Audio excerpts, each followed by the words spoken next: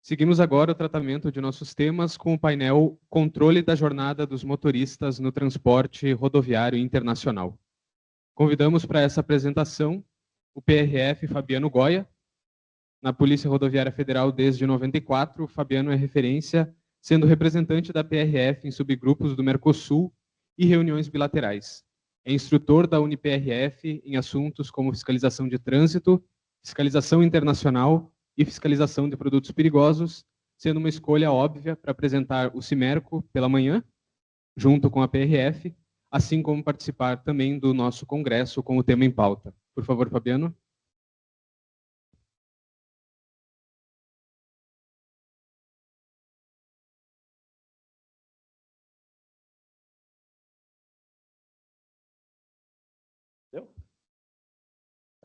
Boa tarde a todos, ou boa noite, que já estamos avançando no horário. Já fui alertado para não passar do tempo, já me disseram isso, está tranquilo, a gente vai manter. Pela manhã estivemos com parte da plateia acompanhando o seminário de produtos perigosos, ministrei um curso juntamente com o Maico da NTT, a quem eu saúdo, por ter compartilhado comigo esse espaço, e agora nós vamos falar um pouquinho sobre trânsito. Um tema que para muitos é uma dúvida rotineira, porque não sabe como comprovar que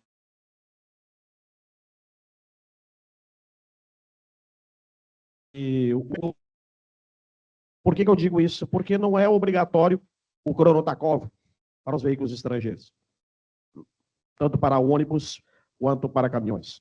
Não há obrigação, não é um equipamento obrigatório. Porém, sabemos que existe o equipamento instalado no veículo. Por quê? Porque muitos veículos que estão operando em outros países são originários do Brasil, são fabricados aqui, comercializados para lá. Há uma integração mundial na comercialização de veículos e, a partir disto, há a utilização desse veículo e, consequentemente, há o equipamento instalado. Porém, a fiscalização relacionada a trânsito não inspeciona o equipamento como uma obrigação de um condutor estrangeiro estabelecer as informações do equipamento. Se estiver as informações ali presentes, obviamente é uma referência para identificar por quanto tempo aquele condutor conduziu e se cumpriu as regras.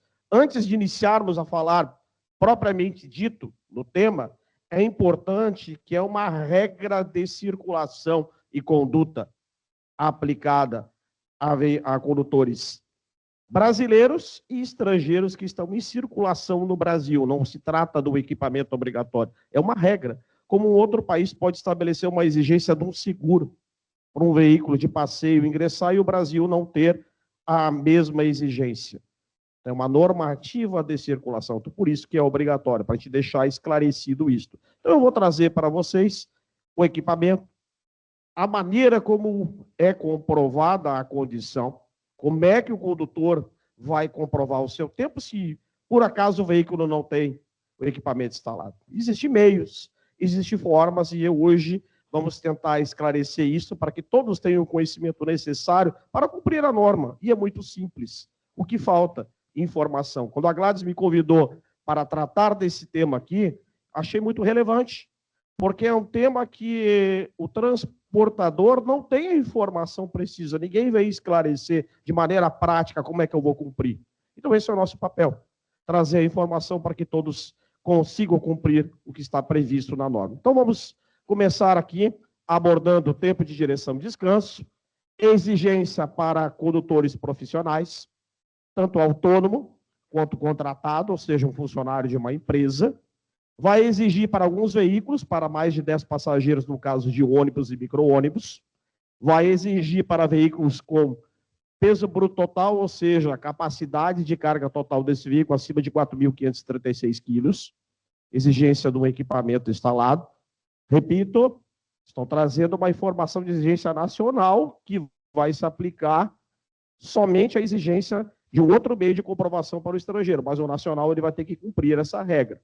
E para o transporte escolar, que não é objeto da nossa apresentação, mas eu estou trazendo a informação para que conheçam que também é exigido para o transporte escolar, um equipamento para comprovar o tempo de direção e descanso do motorista profissional. Pois bem, o equipamento é este. Nós temos um equipamento que pode ser modular, ou mais antigo, eletrônico, mecânico, com disco diagrama. Na parte superior você pode observar à esquerda o disco diagrama, e os equipamentos mais atualizados, que são digitais, que é uma tendência hoje de substituição, de sair do equipamento, que é um disco, uma informação registrada num disco diagrama, e partir para uma informação a partir de uma impressão, que vai ter uma informação mais precisa, mais fácil de leitura. Vocês vão ver o quanto é difícil realizar a análise do disco diagrama. Então, eu tenho um disco diagrama, pode observar lá com as informações registradas de maneira indelével no próprio disco, e eu tenho as informações impressas na fita, que podem ver que é uma marcação mais limpa, mais fácil de identificar. Então, é uma tendência, inclusive, conversando com fabricantes, há uma tendência de cada vez mais não deixarem de ser fabricados, ou até mesmo não ter reposição, e partir tudo para digital, para o controle do motorista, para o controle da gestão de frota de uma empresa, é a condição ideal de não ter. Aí eu vou trazer alguns gargalos que encontramos, principalmente no transporte coletivo. Aí eu vou fazer uma enquete. Quantos aqui são de transporte de coletivo de passageiros? Levanta a mão para me saber. Tem alguém aqui de transportadora que é de transporte coletivo? Maioria de carga? Não sei se online está alguém acompanhando, mas é de se trazer essa informação para conhecimento. Bom, se eu não exijo o cronotacógrafo, eu tenho que ter outros meios de prova. Quais são os outros meios de prova? Eu vou ter o diário de bordo, que não tem padrão de documento. Diário de bordo. Vou ter uma papeleta de controle de horário, uma ficha de trabalho externo, fornecidos por quê? Pelo empregador. O empregador vai fornecer este documento para que o motorista preencha. E há uma dificuldade nesse preenchimento.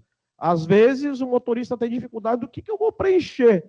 Como é que eu faço esse controle? Fiz uma simulação aqui para vocês, para mostrar um passo a passo para facilitar esse entendimento, para trazer uma condição prática dentro de um contexto que a gente está apresentando nesta tarde para vocês. Na legislação, da Resolução 525 de 2015, nós temos uma ficha de trabalho autônomo. E na própria norma, ela estabelece que pode ser utilizada pelo autônomo ou pelo motorista contratado. Então, ele pode usar esse documento. Esse documento é o único que nós temos hoje que traz uma informação padronizada na norma. Então, o condutor pode utilizar esse documento e a empresa também pode adotar esse documento. Então, o que é o alerta que eu estou fazendo? Uma empresa estrangeira que venha para o Brasil, que não utiliza um cronotacógrafo porque o veículo não tem, ou optou por não colocar o disco diagrama, a fita diagrama, colocar as informações que vocês vão ver que é necessário, colocar os dados do motorista para indicar que aquele motorista que está conduzindo, ela pode tranquilamente optar por utilizar o outro meio de prova que eu estou trazendo aqui, que no caso é a ficha do trabalho autônomo desse motorista, ou os outros documentos que eu apresentei. Como é que funciona essa ficha? Visualize aqui, ó, ficha de trabalho autônomo, eu tenho uma parte que eu ampliei aqui, motorista e nome e a CNH. O que é CNH? Carteira Nacional de Habilitação. Pode ser a licença de conduzir da Argentina, pode ser do Uruguai, pode ser do Paraguai, pode ser da Bolívia, de qualquer país. Pode trazer a informação da sua cédula lá de chofer, de conduzir o veículo. E essa informação ele vai colocar lá o nome dele e o número do documento. Muito simples na parte superior. Na parte inferior, ele vai colocar procedimento 01, que é o primeiro registro, ó, placa do veículo, data de saída, hora de saída, quilometragem inicial, data de chegada, hora de chegada. Vocês vão somar das 6 às 11h30, quantas horas ele conduziu? 5h30? Isso? 5h30 ele tem que parar 30 minutos, quase encaixando no horário do almoço. Ó. Saiu aqui um exemplo de Uruguaiana até Pantano Grande. Mais ou menos simulei aqui um deslocamento. Parou para almoçar, estabeleceu os 30 minutos, pode ter utilizado as 11h30, meia hora, mas eu optei para dar 1h30 de intervalo. Coloquei a situação 2, saiu às 13h30, voltou a circular, quilometragem, deslocou até às 19 horas. Quantas horas eu tenho aqui? Mais 5h30. Fechou quantas horas? 11 horas. Tem que parar para descansar. De Pantana Grande a Maracajá e Santa Catarina. Está indo pela BR-101, um itinerário muito comum de seguir. Voltou a circular. Ele tem 11 horas. Quantas horas ele pode chegar para chegar a 13 horas? Mais 2. Porque ele tem que parar 11. Não é isso que a regra estabelece? Então, o que vai acontecer? Vai aproveitar mais o deslocamento. Parou lá para jantar, para comer alguma coisa, 1h. Foi das 20 às 22, de Maracajá e Ibituba. Fechou a carga horária dele máxima no dia. O que ele tem que fazer? Tem que parar 11 horas para descansar. Então, ele vai parar, vai fazer o registro da parada, das 22 às 9 horas da manhã, fechou 11 horas, colocou lá descanso, ele está comprovando que ele parou. Ele registrou que parou. E aí ele volta no outro dia a estabelecer abrindo a condição. É muito simples o registro, só tem que controlar para que não extrapole a jornada diária, obedeça o intervalo e tenha as paradas de 30 minutos para realizar, que pode coincidir com o horário de almoço, de janta, das refeições, sem problema nenhum, ampliando um pouquinho esse horário. Então, nós temos aqui ele começou a estabelecer uma nova condição. Então, o que a gente está trazendo para vocês? Que não é difícil de atender. O que precisa é prestar atenção e entender o que necessita registrar para que possa compreender bem as exigências normativas e atender. O motorista brasileiro, ele vai ter o adicional, que o equipamento obrigatório cronotacógrafo é exigido, vai ter que cumprir as informações no equipamento para que possa comprovar lá as condições do equipamento. Aí eu trago para você já na sequência exemplos. Então, nas últimas 24 horas, 11 horas de descanso, nós tínhamos uma norma que estabelecia 8 horas e 3 horas lá que poderiam ser diluídas, fracionadas. Porém, uma decisão do STF estabeleceu que isso não é mais possível, que somente pode ser aceito 11 horas. Não é uma exigência da PRF, não é do CONTRAN, não é da Senatran, foi uma decisão judicial que transportadores, ou seja, um sindicato de representação dos condutores, entrou com uma ação no STF, obteve êxito nesta ação e foi decidido dessa forma, para respeitar as condições trabalhistas, que, consequentemente, refletem no trânsito. Então, nós temos uma realidade.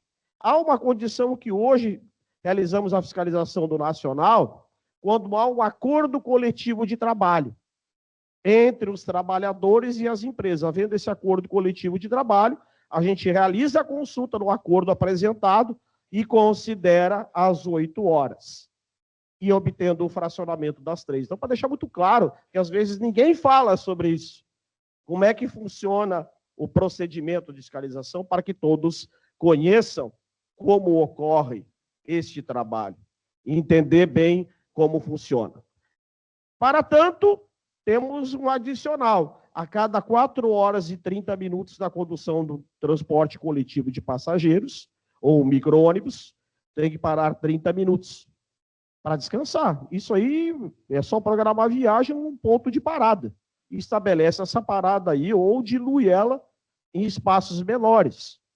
E o veículo de carga, a cada 30 minutos, dentro de um percurso de 6 horas, ou seja, uma jornada de 6 horas, 30 minutos, que são as 5 horas e 30 minutos que eu passei para vocês anteriormente, que pode também ser diluída.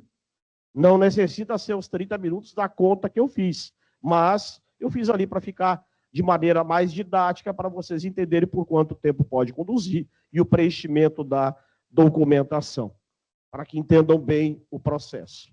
Creio que até aí está tranquilo. Eu quero mostrar um detalhe interessante para quem faz a análise de gestão de frota. E aí tem uns adicionais que vamos trazer. Aqui eu tenho um disco que é de 7 dias. Por que é 7 dias? Porque eu tenho um corte nele, um intervalo de 1h40, ele é circular na parte central, e aí eu vou começar a mostrar aqui, ó.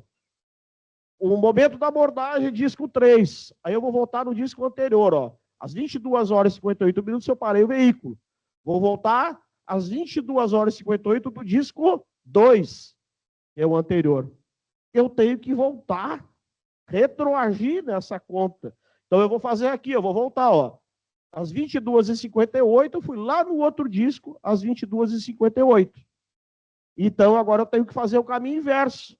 Aqui eu tenho 1h mais ou menos, e eu venho aqui, ó. Chego aqui, não fechou 8 horas, não fechou 11 horas. Esse condutor está com erro nesse deslocamento. Como é que ele pode comprovar? O outro meio complementar, porque eu não tenho ali uma comutação de motoristas. O que é a comutação de motoristas? O equipamento me informar que houve a troca de motorista pela própria informação no equipamento. É possível, desde que o cronotacógrafo tenha esta condição de trazer essa informação. Então, estou fazendo aqui uma análise que ele não cumpre. E aí, então, a gente está vendo aqui as últimas 24 horas. Aqui eu tenho uma outra realidade, por isso que eu perguntei do transporte coletivo de passageiros.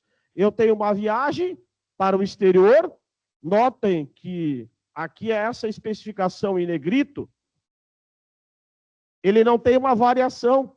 Essa variação quando ele está parado. O circulando é em negrito. O que ocorre? Não há apresentação também de uma comutação de motoristas. E há 2 motoristas registrados, se vocês olharem na parte central, Bastos e Mendonça. Era uma empresa de transporte coletivo de passageiros. Esse disco é 24 horas. Ou seja, eu tenho um disco do dia 22 de fevereiro e um disco do dia 21 de fevereiro. Esses discos são trocados diariamente, porque ó, são de 24 horas, não tem nenhum corte. Muitas empresas não permanecem com o disco anterior. E esse disco anterior é uma informação obrigatória das últimas 24 horas. Então, ele tem que ter a informação das últimas 24 horas. Então, eu parei esse veículo, às 8h15, eu vou ter que voltar. Nota o que vai acontecer. Às 8h15 aqui, foi a troca desse disco anterior, ó. Ele vai encaixar aqui, ó. E vai ter esta conta. Eu tenho que computar este cálculo aqui dos motoristas, chegar nesse disco, que foi cambiado aqui, ó, e seguir a conta nesse, até as 8h15, para vocês verem como é complexo fazer a análise. Como é difícil de fazer essa análise. E olhando ali, vocês conseguem enxergar que houve a comutação de motoristas? Tem intervalos de 11 horas ali? Não tem. Não tem como comprovar. É uma empresa de ônibus. Sabe como é que essa empresa comprovou? São empresas de amigos meus. Com o diário de bordo. Com a especificação do deslocamento dos 2 motoristas. E com a apresentação dos 2 discos. Cumpriram a questão dos discos das últimas 24 horas e cumpriram a informação do diário de bordo com a separação dos 2 condutores. Avançando aqui, eu trago aqui para vocês verem, ó, Bastos e Mendonça, com o diário de bordo, comprovaram a condição de transporte regular, porém, o equipamento não trazia essa separação, porque ele não permite, ele não tem a possibilidade de fazer a comutação de motoristas, que é através de uma chave que você vai trocar a informação entre os motoristas. Então, isso é muito importante de pensar, quando comprar um equipamento, de ver se ele tem a disponibilidade de comutar motoristas, qual é a realidade desse equipamento, qual é a realidade do transporte que vão executar. Extremamente importante. Por isso que eu sempre sugiro esse tipo aqui de equipamento, porque ele permite a informação de 3 condutores de maneira imediata e um cadastro de mais condutores. Só um porém, Vocês estão vendo aqui, ó, identificação do condutor. Parei esse veículo com essa marcação. Quando eu tenho ponto de interrogação, eu tenho identificação do condutor? Qual é o condutor que está conduzindo? Eu não tenho a informação. Se eu não tenho informação, ele não comprova. Aí eu tenho esta dificuldade. Ali está a marcação dessa fita diagrama que foi extraída. E aí, mais ainda, trago aqui para vocês, ó, uma fita diagrama que tem a identificação de 3 condutores. Estão vendo aqui? Para que vocês conheçam. Ó.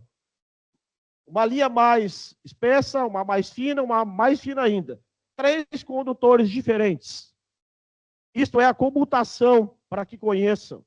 Se vocês observarem aqui, ó, olha a fita lá em cima. Lá em cima, bem grossa lá a informação do condutor. Eu avanço um pouquinho, afinou. Segundo condutor. Eu avanço mais um pouco, terceiro condutor. Eu estou mostrando que nesses intervalos dirigiu o último condutor, nesse do meio e no anterior o outro. Então eu consigo fazer a análise quando corretamente orientado pela gestão de frota para fazer a comutação de motoristas. É uma maneira de comprovar. Você tem a condição de comprovar. Obviamente, pode comprovar com diário de bordo, papeleta ou outra informação.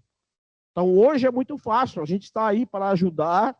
Sempre que a Gladys aí faz contato, a gente orienta. Nas reuniões, a gente orienta os colegas de outros organismos internacionais a trazer a informação para o setor, para que consigam se adequar. Nosso trabalho é diminuir a sinistralidade. Nós estamos fazendo um mapeamento que o envolvimento de veículos de carga e passageiros, quando há uma fiscalização do tempo de direção e descanso, reduz drasticamente o número de pessoas envolvidas, de veículos de carga, e, consequentemente, transporte de passageiros são vidas humanas, transporte de carga, nós temos um veículo de grande porte que vai ter um dano severo se envolver com um veículo de menor porte.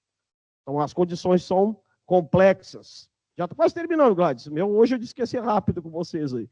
Então, para que entendam bem, como funciona a fiscalização, que é a última parte aqui.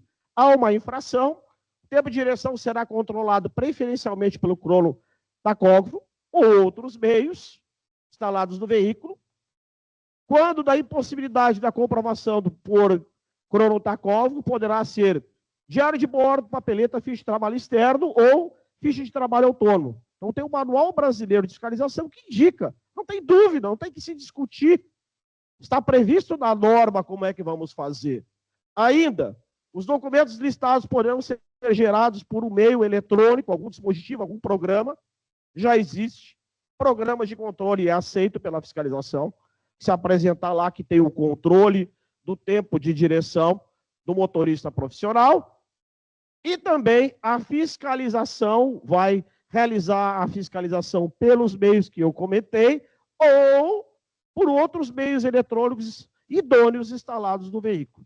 Isso é o Manual Brasileiro de Fiscalização que vincula todos os agentes da autoridade de trânsito, seja PRF, seja policial militar, agente de trânsito, policial rodoviário estadual, a realizar os procedimentos obedecendo o que está descrito nas fichas de fiscalização. E uma das fichas é relacionada ao tempo de direção e descanso do motorista profissional. Para encaminhar, que eu disse que ia ser rápido, para abrir perguntas, cabe ao motorista profissional a comprovação do cumprimento dos intervalos de descanso previstos, valendo-se nos meios disciplinados e regulamentados pelo CONTRAN, que eu acabei de comentar com vocês. Então, dúvidas relacionadas com o tema que me foi pedido para ser breve e trazer um panorama geral de como funciona a fiscalização e o controle de tempo, direção e descanso dos motoristas profissionais, brasileiros ou estrangeiros. Dúvidas? Estou à disposição para alguma informação que alguém queira. Só o microfone para... Não combinei com ele, tá? Não tem nada combinado. Tomar uma água enquanto isso. Boa tarde, inspetor. Só para colaborar, inspetor, gostaria que o senhor comentasse mais sobre a medida administrativa uma vez flagrado o motorista que não comprova ou não cumpre os intervalos estabelecidos na norma, qual é a medida administrativa? Gostaria que o senhor esclarecesse para a gente. Perfeito, uma pergunta muito interessante. A Gladys ia me perguntar se não perguntasse. Muito bem. Então, a medida administrativa é o cumprimento do tempo que ele deixou de cumprir. Ou seja, se no intervalo de 5 horas e meia extrapolou a 6 horas e não cumpriu, 30 minutos de descanso vai ter que ficar retido para cumprir o tempo necessário. Vai haver autuação e ele tem que cumprir o tempo de descanso para sair numa condição melhor lá do local. Se não cumprir às 11 horas ou às 8, mediante o contrato coletivo, devidamente comprovado, ele vai ter que cumprir às 11 horas de descanso. Normalmente, se as nossas unidades oferecem uma condição dele ficar, ele vai ficar nas nossas unidades. Se não oferece, normalmente, um local adequado mais à frente ou mais atrás do local da nossa parada, ele estabelece para descansar, cumprir o tempo e depois disso ele comparece nas nossas unidades para retomar sua viagem normal. Seriam essas condições. Respondido? Tranquilo? Mais alguém? Uma pergunta? É o momento, pessoal. Tem um lá no meio, lá. Isso? Por favor, chega o microfone lá. Foi rápida a nossa apresentação aqui para abrir espaço para perguntas. Tudo bem? Tudo bem? Boa noite. Olha só, a nossa dúvida aqui é com relação ao contrato coletivo. Como que funciona? Vamos lá. O Ministério do Trabalho, Emprego, ele tem alguns contratos registrados. Aí é sindicato, é os trabalhadores, é aqueles contratos que o sindicato dos patrões e dos empregados, em comum acordo, estabelece regras entre as partes. E isso é homologado no Ministério do Trabalho e Emprego. Então, quando há essa homologação, a gente faz a consulta no site, que tem lá a informação do processo, de todo esse contrato, e estabelece a condição, confirmamos que é válido, está vigente, passa a ser 8 horas e cumprindo as regras que estão dispostas no contrato coletivo de trabalho. Se não tem isso e não comprova, é 11 horas. Só para deixar claro a condição para que vocês entenderem. Depende do que vocês trataram com os empregados e como é que foi firmado esse acordo coletivo. Ok? Mais alguém? Alguma dúvida? Tem mais um aqui com uma dúvida. Isso é importante. Boa tarde, tudo bem? Boa tarde. Minha dúvida não ficou claro para mim em relação às empresas estrangeiras. A apresentação da comprovação das 11 horas aí de descanso. Tem penalidade ou não acontece nada? Perfeito, vamos lá. Ficou claro para mim isso. Mesma coisa que ocorre na penalidade do veículo nacional e do condutor nacional. 11 horas retidos, se não comprovar lá o tempo de 11 horas de descanso, 30 minutos retidos se for nos intervalos mais curtos, autuação, 230-23 do CTB, pagamento da multa se tiver em rota de saída, entregue o auto de infração e orientar para que pague antes da saída, porque é uma infração de trânsito, não é de transporte, é relacionada à legislação de trânsito, aí tem essa obrigação, e a maneira dele comprovar é outros meios. Se ele não tiver instalado o cronotacógrafo, que não é um equipamento obrigatório, ele vai poder utilizar qualquer um dos meios que eu apresentei, papeleta, diário de bordo. Normalmente a gente recomenda, porque está na legislação, a ficha de trabalho do autônomo, porque tem um modelo que ele pode baixar da internet e tem aquela situação de informação, ele pode adaptar e utilizar na empresa. Consegui te esclarecer? Fechou? Estou sendo bem objetivo aqui. Mais alguém? A pergunta? Esse acordo coletivo entre sindicatos... Ele é um acordo... Homologado, eu sei, é homologado no Ministério do Trabalho. Os sindicatos podem fornecer isso para as polícias rodoviárias ou cada motorista tem que portar?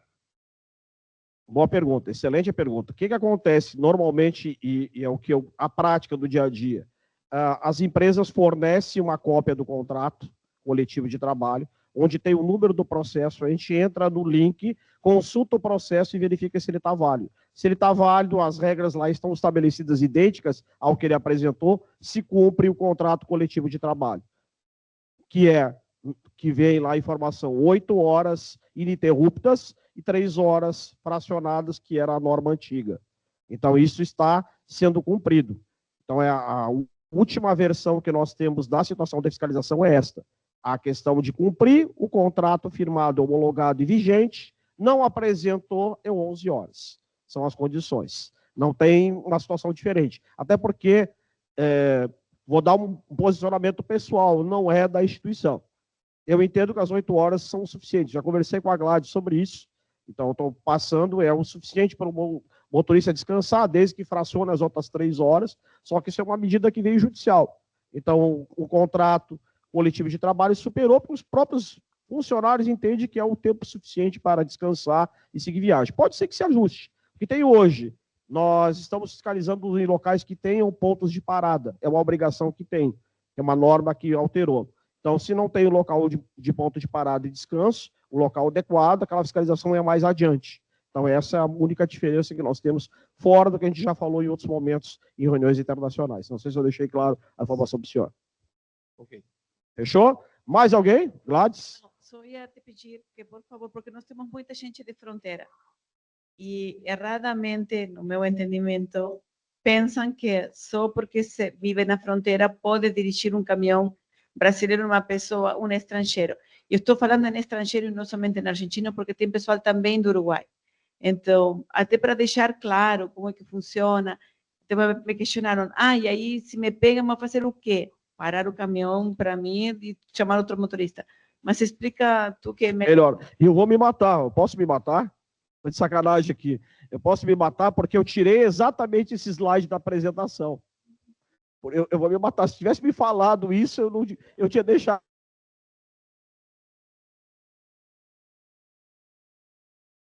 Mas eu vou explicar.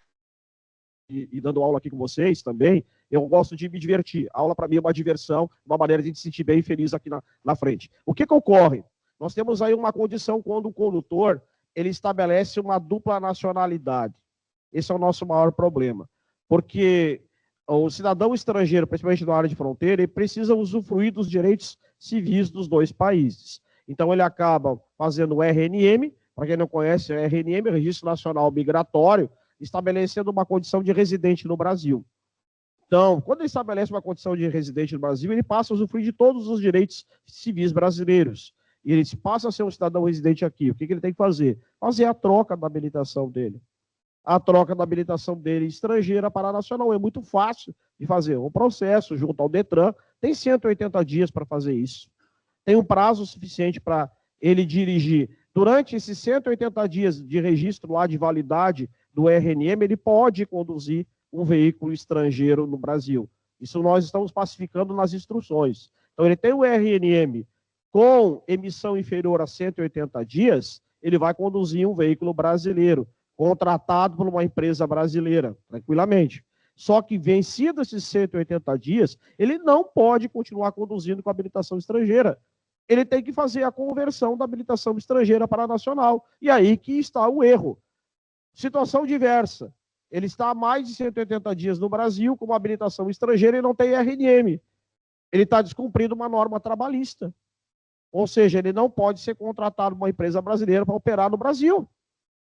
Ele é turista, ele não é residente, ele está numa outra condição. Então, nós temos aí um conflito. Ou ele cai pela norma de trânsito, ou ele cai pela norma trabalhista. Então, isso é importante que entendo que não é uma questão da fiscalização. É uma questão de adequação de documento. E a gente está à disposição para auxiliar na maneira como fazer, na maneira como resolver. Então, acho que eu aproveito essa oportunidade desse evento para deixar registrado que nosso trabalho ele é preventivo, era para reduzir a sinistralidade, diminuir as vítimas em acidentes de trânsito e fazer com que o cidadão atenda o que está regrado, o que está estabelecido. Então, ele tem que cumprir, ele tem que se decidir o que ele quer da vida. Não há problema nenhum dele ter habilitação aqui. Não há problema nenhum, ele só tem que fazer a conversão. Ele quer, optou para trabalhar para uma empresa brasileira, ele tem que fazer isso. Eu chamo a atenção para principalmente os transportadores brasileiros nessa contratação. Que indique, informe. Alguma dúvida, estou à disposição, fale com a Gladys, se a gente puder ajudar aí para orientar do que fazer, não tem problema nenhum. Nosso trabalho aqui, como eu falei, é preventivo, não é prejudicar ninguém. É fazer com que o cidadão atenda aquilo que é estabelecido. Mais alguma pergunta? Vai, Gladys. Deixa a Gladys falar. Não, é só para esclarecer, porque tem muito estrangeiro haitiano, venezuelano, às vezes até isso traz alguém da África que vem para trabalhar. Como tem acordo do Brasil em dar trabalho para essas pessoas que têm, de alguma forma, algum incentivo tributário, ele, quando mesmo com documentos de residência brasileira, ele estiver viajando no transporte internacional, ele continua sendo origem estrangeira. Então, quando vai cruzar a fronteira, é importante que os transportadores fiquem atentos como é que essa nacionalidade dele é tratada no exterior. Então, por exemplo, a Venezuela tem um problema sério com o Chile. Eles não querem os venezuelanos no Chile, porque uma vez eles estão entrando e não estão cumprindo com as normas migratórias chilenas.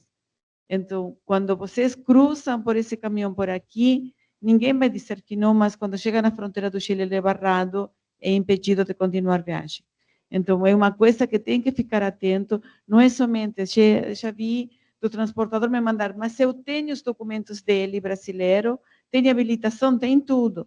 Sim, mas isso não é o suficiente, tem que ver o que tem que ser feito, entrar em contato com as embaixadas, conseguir uma autorização, e ele vai ingressar com o passaporte dele vigente. Me aconteceu com uma pessoa que mora aqui no Brasil há 30 anos, e ele é espanhol. Venceu o passaporte dele e esqueceu de renovar, mas ele não deixa de ser espanhol mesmo que tenha residência aqui no Brasil.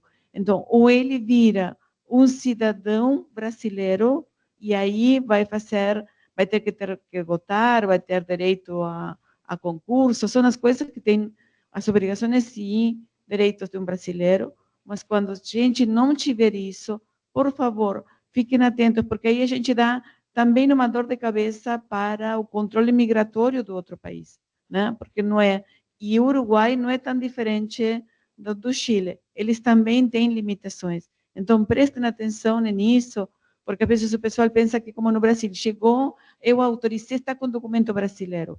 Não, documento brasileiro é a identidade ou passaporte feito aqui no Brasil. Desculpa. Para fechar e complementando a informação, as regras são muito parecidas com os demais países, não é somente no Brasil. Então, é muito importante que vocês tenham atenção, porque daqui a pouco o veículo vai ficar retido em outro país, numa condição que vão ter que providenciar um outro condutor, porque aquele condutor não vai poder mais conduzir o veículo, em razão da irregularidade. Então, a gente está aqui para orientar, para auxiliar na informação precisa, porque não é uma norma exclusiva do Brasil, é uma exigência também de outros países, porque eles têm que estar na condição ou residente ou não, e têm que estar numa condição de cidadãos estrangeiros residentes em outros países para usufruir da condição de trabalho, senão eles estão irregulares na questão trabalhista também em outro país. Aí vai depender da norma de lá, mas é muito parecida às exigências, conforme a gente já conversou com polícias de outros países e com policiais também, trocando o intercâmbio de informações no sentido de ter a informação precisa. Eu creio que encerramos, né, Gladys? Não sei se tem alguma pergunta adicional. Eu quero agradecer a BTI pela oportunidade, pelo convite. Já é mais de uma vez que eu venho nesta casa, o CS Senat, aqui em Uruguaiana, prestigiar eventos de vocês. É uma honra para nós estar trabalhando na área internacional, uma área que eu tenho uma